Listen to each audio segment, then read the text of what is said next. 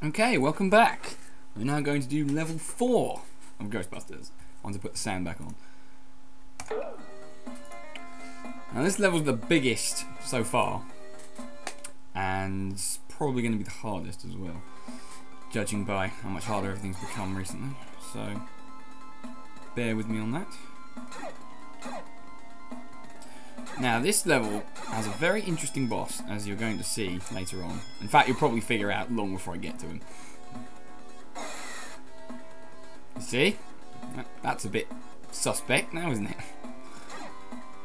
You can see, again, I know this game from having played it, so I know where those are and how they happen. If you haven't figured it out already, you will now. Oh, look! Wow, you couldn't have a game about a Ghostbusters game without him, could you? You really couldn't. He's iconic. Like the theme song or the car. I love that car. It's awesome. If I ever learn to drive, and to be honest I probably won't, if I ever did learn to drive and I could get a car, I would so get an Ecto-1. Siren and everything. Probably get some weird looks, but it'll be funny as hell. Right, anyway, enough rambling. We've got a boss to kill.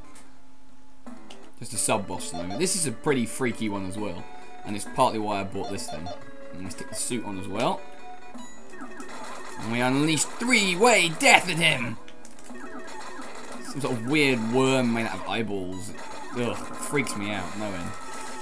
No, I'm not good with eyes or eye injury. Can't deal with watching that stuff. But this is why the three-way shot is so useful, because there's thousands of them, and they float around randomly. You want to be able to hit as wide an area as possible. Otherwise, this would take an absolute eternity. And I've just wasted a bomb. But after that first boss, they don't really come in useful anyway. So. And the only way to replenish them is to buy them, and it's really not worth bothering.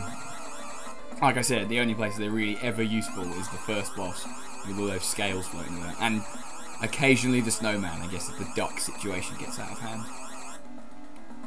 Damn it. These things are proving to be trickier than I'm used to. There we go. I got it! Don't really know why I put on a girly voice for Raymond. Doesn't look anything like Dan Aykroyd there, does it? And they did that for legal reasons, I suppose. No, we don't need to go that way, because there's nothing there, mostly. Yeah, I said it was the biggest level, this one, but I'm actually lying, because it's really not that big at all. If you look at the map, which is up on the top there, it looks huge, but it isn't. It's deceptive, man.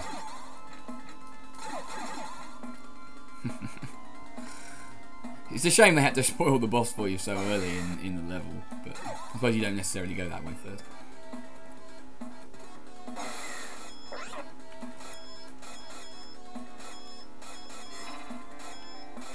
I think it's supposed to be a different Marshmallow Man though, because if you've seen the film, you'll know why he's in it.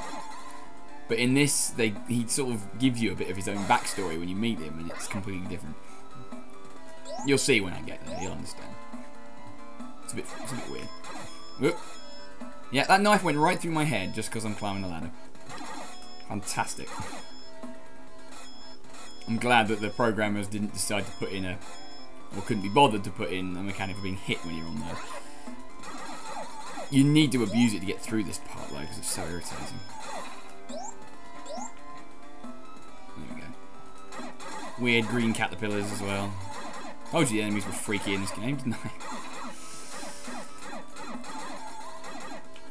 Ah! Right through me. Ah! And even if I'm abusing glitches, I still get hit by green caterpillars who are trying to eat my knees. Why the knees? I don't know. You'd have to ask them.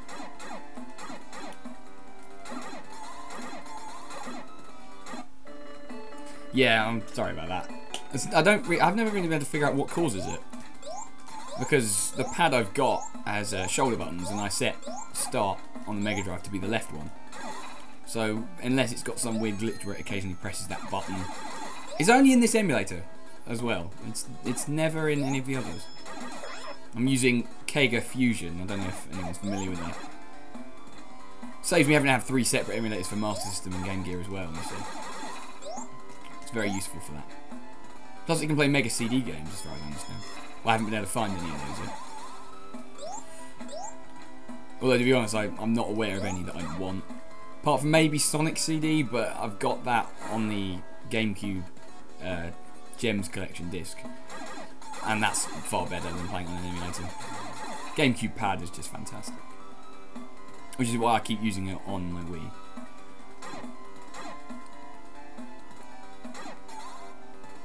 I don't think I'll get those safe until this thing's dead, because otherwise I'm going to get hit trying to do so.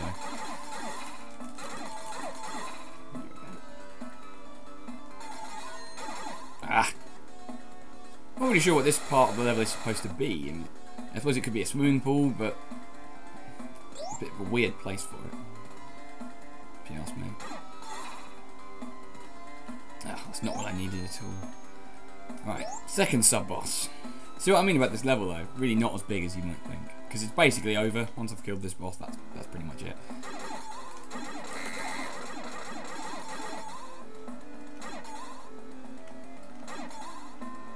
Ah! It's a weird sort of alien thing, this boss.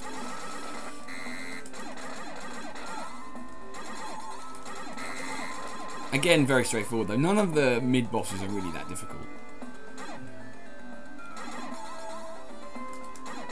Well, now I've said that, none of the bosses are particularly difficult. It's just some of them are more irritating as I've covered with the snowman and well, that's it so far.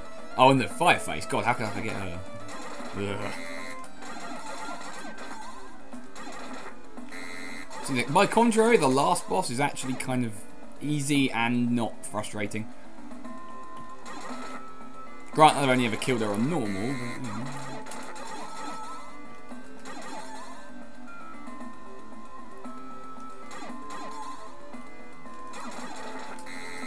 I guess we'll have to see when we get there, if we get there. I'm assuming I can make it.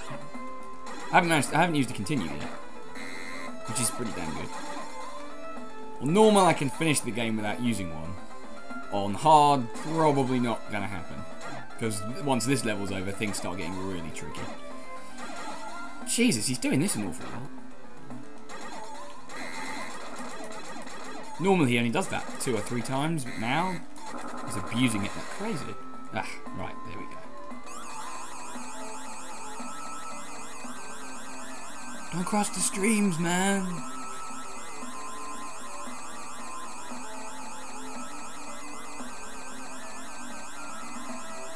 Jeez, this one's putting up quite a fight, yeah? Come on, you little bastard. Yeah, look at his little chibi legs going there. It's weird because the characters look completely super deformed, but it fits. I don't know why that is. I also don't know why they're wearing blue jumpsuits in this game and grey ones with their symbol on the sleeve. Oh, in the film. Yeah. Interrupted my speech for a cry of anguish. Now we can get to the boss if we don't decide to leave the room. I've known this ladder to glitch up quite a lot. Sometimes when you're in the room you kill the boss, it doesn't come all the way down. If that happens, you are actually screwed. But thankfully my emulator seems to handle it quite well. So now, we get to fight the boss. Do you know how good toasted marshmallows taste? I love marshmallows. But one day I ate too much and then realized I had become the marshmallow man. I'll do the same to you. You'll enjoy it. See what I mean about the backstory? Doesn't really make any sense. And I did a funny voice for him because I felt like it. Basically, you just shoot him in the face.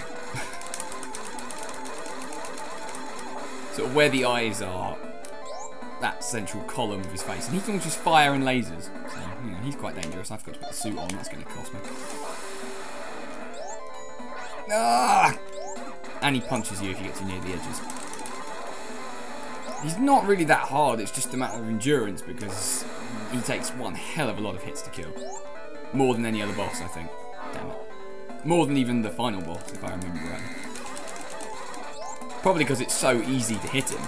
You just stand here and whack your fire button as fast as possible, like I'm doing right now. As long as you're not standing directly under him when he lasers you. I'm going to have to stop halfway through this boss.